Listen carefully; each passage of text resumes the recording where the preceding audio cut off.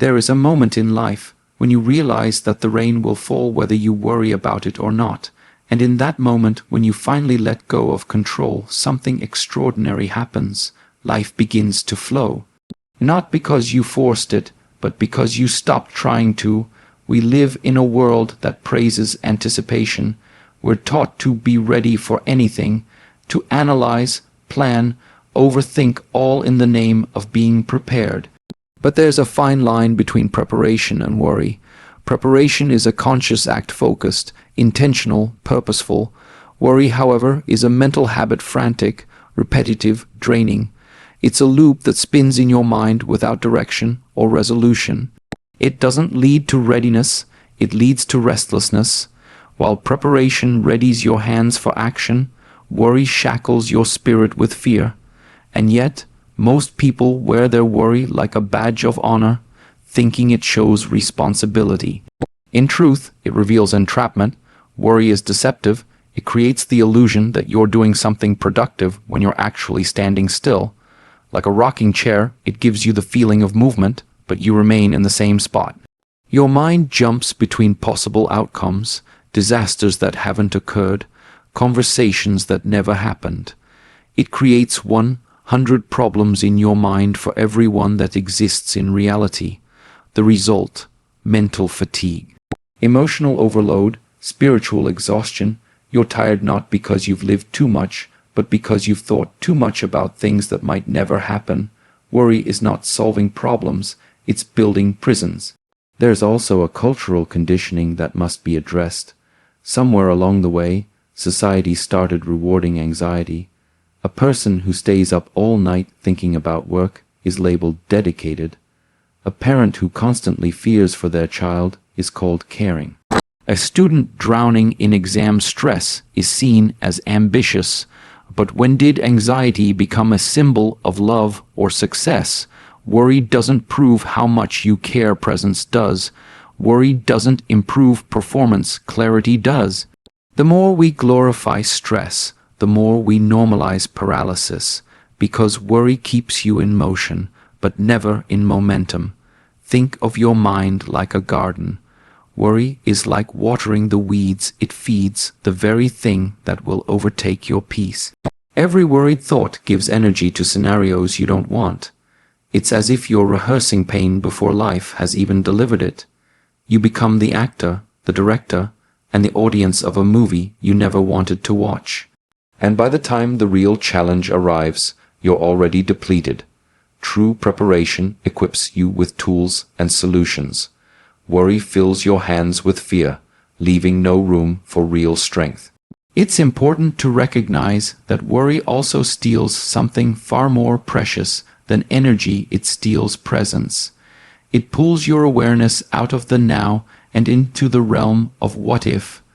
It robs you of the only moment you ever truly have, this one. While your body sits in today, your mind runs ahead to tomorrow, and you miss what's in front of you. You miss the lessons, the beauty, the people. You miss life, because while you're worried about what might go wrong, you're blind to what's already going right. Presence brings solutions. Worry brings shadows. The shift begins with awareness. Start noticing when you're planning versus when you're spiraling. Ask yourself, is this thought helping me take action, or just feeding my fear? Preparation brings calm. Worry brings chaos. Preparation leads to solutions. Worry leads to stagnation. When you prepare, you empower yourself. When you worry, you disempower your peace. The difference isn't in what you're thinking about, it's in how you're thinking about it. Preparation sees the same mountain but starts climbing. Worry stands at the base and trembles. So stop mistaking overthinking for strategy. Stop mistaking worry for wisdom. They are not the same. One moves you. The other traps you. Most people hear the word acceptance, and their mind instantly equates it to surrender, weakness, or resignation. We're conditioned to fight, resist, struggle, because to stop struggling must mean we've given up. But that's a misunderstanding. Acceptance isn't about giving up, it's about waking up. It's not a passive act. It's a conscious, courageous choice to stop wasting energy fighting what is and start using that energy to move wisely within it. Acceptance is not quitting, it's redirecting. It's the realization that life is not the enemy, and you don't have to be at war with reality to create something meaningful. Think of a river. You can stand in the water and push against the current all day long, grow tired, frustrated, even drown, and you'll call it effort. Or you can turn, face the direction the river flows, and move with it, letting the current support you. That's not giving up. That's intelligence, that's grace, that's harmony with nature. Acceptance is that turning point where you stop pushing and start participating.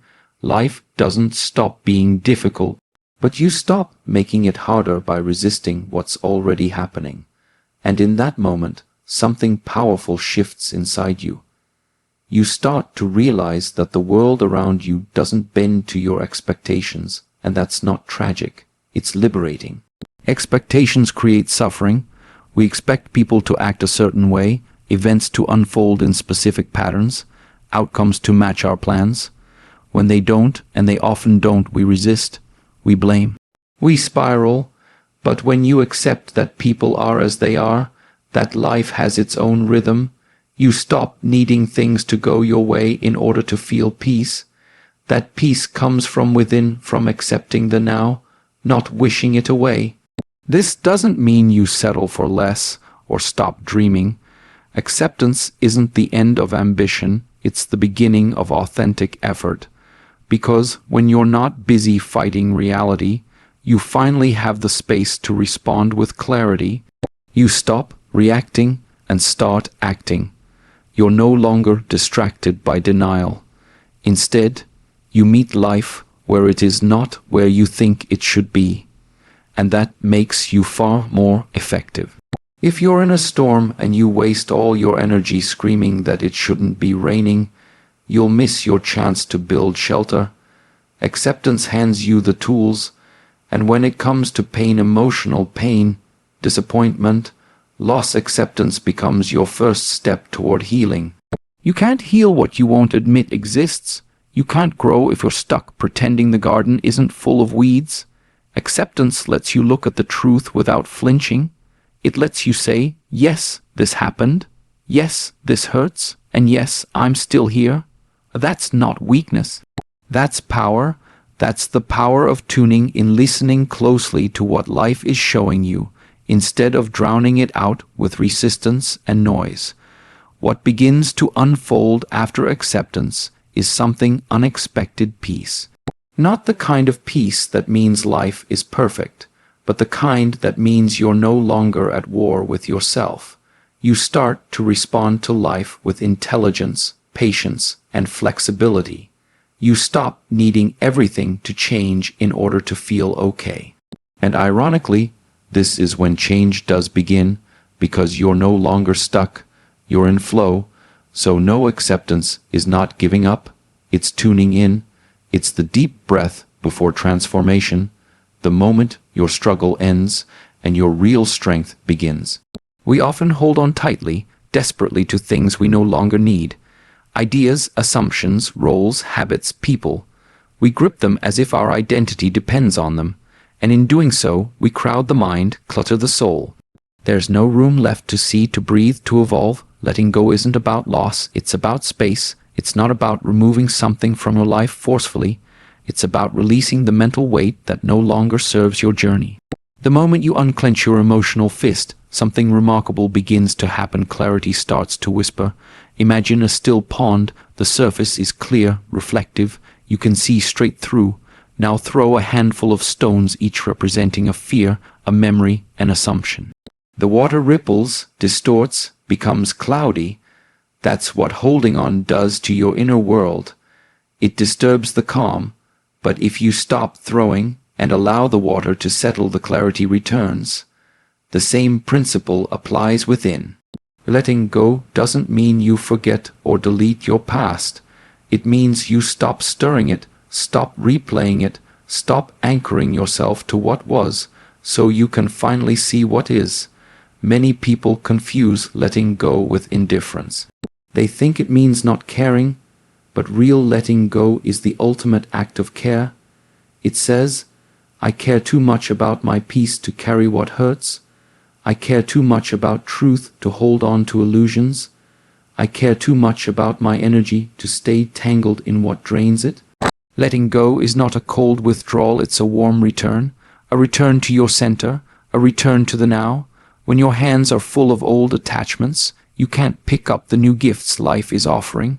Letting go is how you open those hands. Letting go also clarifies relationships. You begin to see who values you for who you are, not who you were, not what you offer, not what they wish you to be. You stop needing validation from people who only love your mask. You release the grip on forced connections, on shallow approval, on the urge to control how others see you, and suddenly the air clears. You find yourself surrounded not by more people, but by the right ones. And more importantly, you start recognizing the person within who always needed your own approval first. Clarity doesn't come from trying harder. It comes from trying less, from subtracting, not adding, from quiet, not noise, from softness, not force. Most of us try to think our way into clarity as if solutions live in complexity, but often they're revealed in simplicity. When you stop overthinking, stop over-explaining, stop clinging to every possibility, you begin to see what's real. You realize that your mind was never broken. It was just crowded. And letting go is the cleansing, the decluttering that brings your inner vision back into focus. Letting go is a lifelong practice.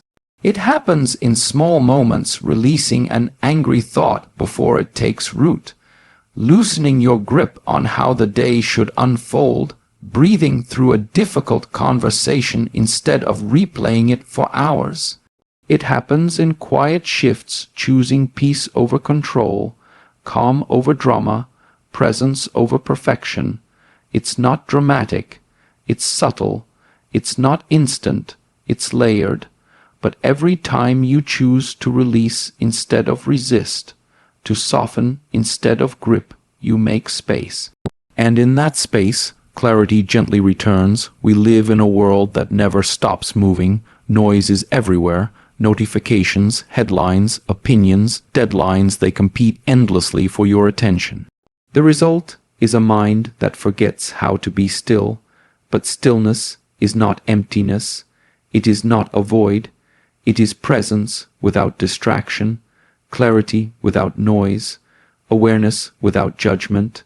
Stillness is not about standing still on the outside, it's about becoming quiet on the inside. It's the place where wisdom begins to rise, not because you seek answers, but because you create space for them to arrive. Wisdom does not yell, it does not chase you down, it waits in silence. It's like the stars always there, but only visible in the dark. The mind that never pauses, never reflects, never sits still becomes blind to its own depth. When you are always reacting, always doing, always running, you never allow insight to take root. Stillness is not laziness. It's not inaction, it is the sacred pause before action. It's the moment you gather your energy before you aim the arrow. It's the breath before the leap. The silence between notes that makes the music real. Most people misunderstand wisdom as accumulation. They think more books, more data, more information means more intelligence.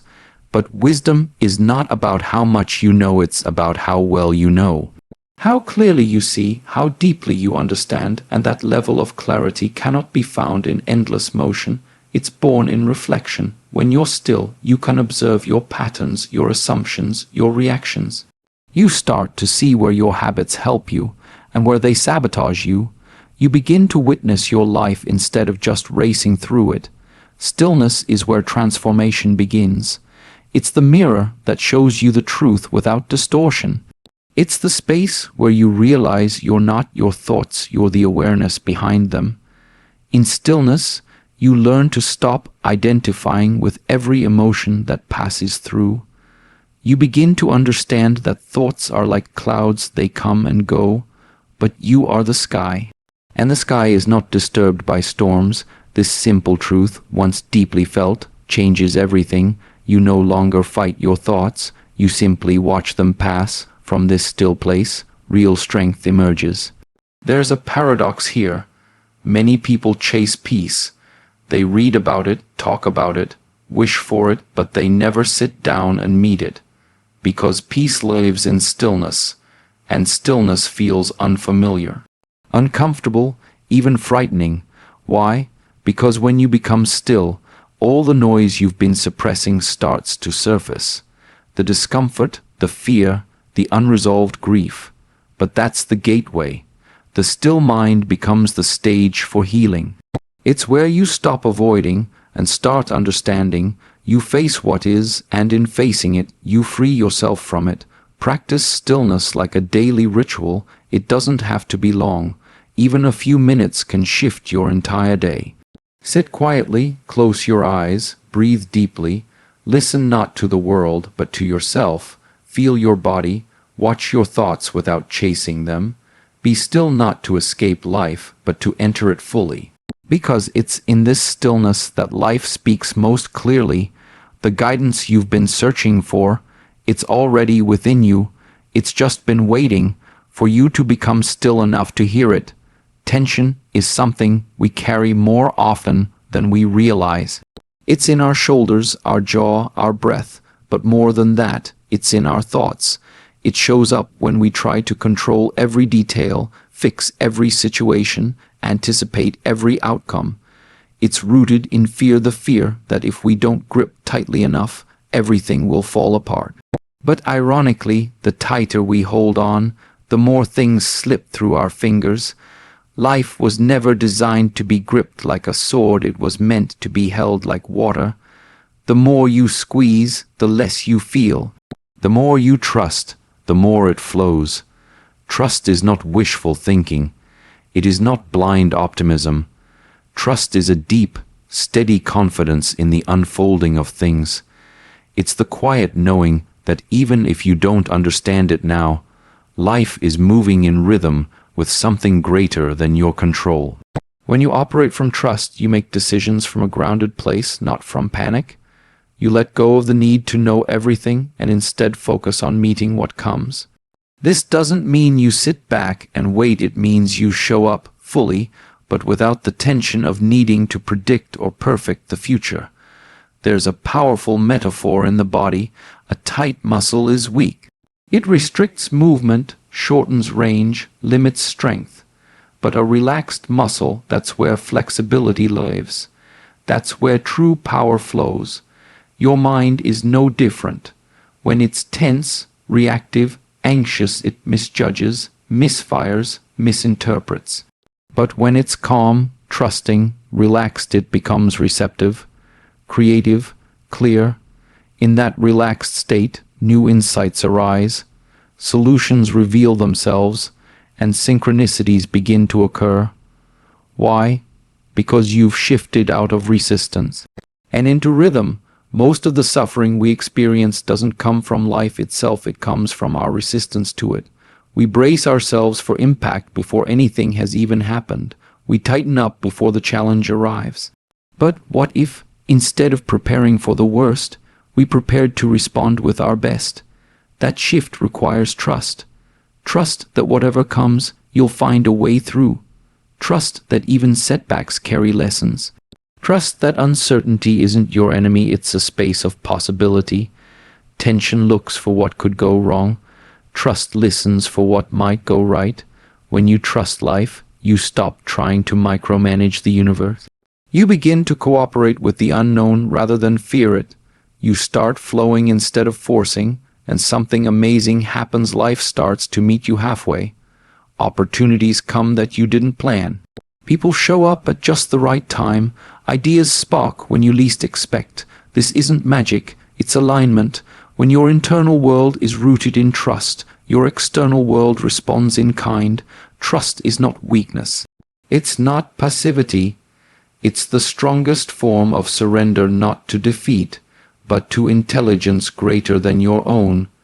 Learning to trust is a practice. It's in how you breathe through discomfort, how you pause instead of panic, how you release what you can't control.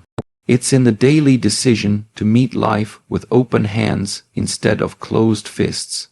And each time you choose trust over tension, you train your nervous system to rest, your mind to quiet, and your soul to rise.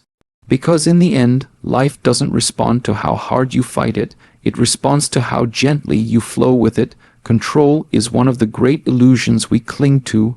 We try to control our future, our image, our relationships, our outcomes. We micromanage moments, manipulate details, and obsess over things that are not and never were fully in our hands. Why? Because control feels safe, predictable, like a shield against chaos. But the truth is, the tighter we grip life, the more rigid we become. And creativity cannot survive in rigidity. It needs space, breath, freedom. The act of controlling restricts not just the world around us, it constricts the world within us. When you stop trying to control everything, something beautiful begins to emerge. You begin to create. Creation in its purest form is an act of trust. It requires uncertainty. It dances with the unknown. Whether you're creating a painting, a relationship, a new life path, the process cannot be fully predicted. And that's where the magic lives, but most people never tap into that magic because they're too busy managing, planning, correcting. They want guarantees before they begin. They want certainty before they commit. But creativity isn't born from guarantees. It's born from presence.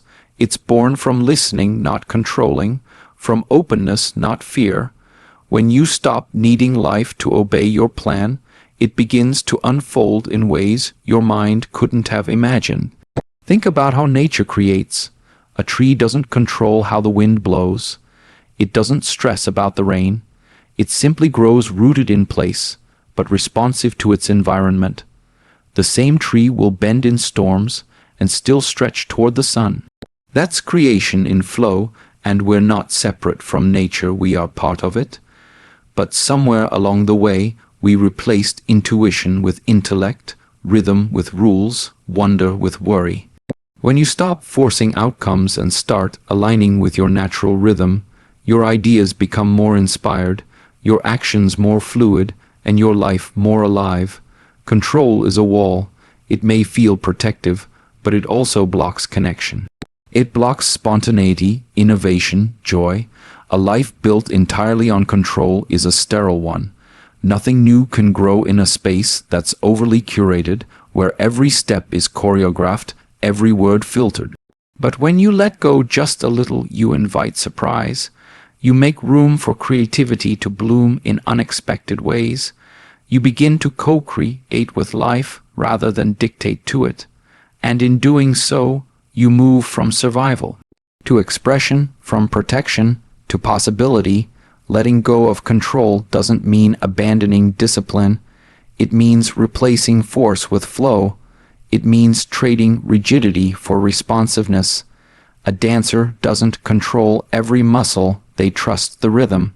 A musician doesn't force the melody, they follow the feeling. The same applies to life. The more you allow, the more you trust your inner compass, the more creative, innovative, and authentic your path becomes. You stop following someone else's blueprint and start designing your own, not from pressure, but from presence. Creation is not something reserved for artists. It is a way of being. Every moment you breathe with awareness. Every time you respond instead of react. Every time you choose trust over control, you are creating a better state of mind, a richer life, a new possibility. But none of that begins with force. It begins with surrender. So if you want to create something meaningful, let go not of your vision, but of the belief that you must force it to unfold your way. Let go. And let life meet you in the space that opens up. Life isn't asking you to be perfect. It's asking you to be present. You don't have to control every moment. You don't need to solve every problem before it arrives. The answers you're searching for, they don't come through tension or worry or fear. They come through trust, through stillness, through letting go. When you stop Trying to wrestle life into submission, you realize it was never against you, it was always flowing. You were just standing in the way, and the moment you step aside, the moment you release the grip, soften the mind, and breathe, life responds, not with chaos, but with clarity, not with resistance, but with rhythm. So step back, breathe deeper, let go of what you can't carry anymore, and trust that when you stop worrying, life doesn't fall apart, it begins to fall into place. That's when things start moving. That's when peace begins rising. That's when life starts working.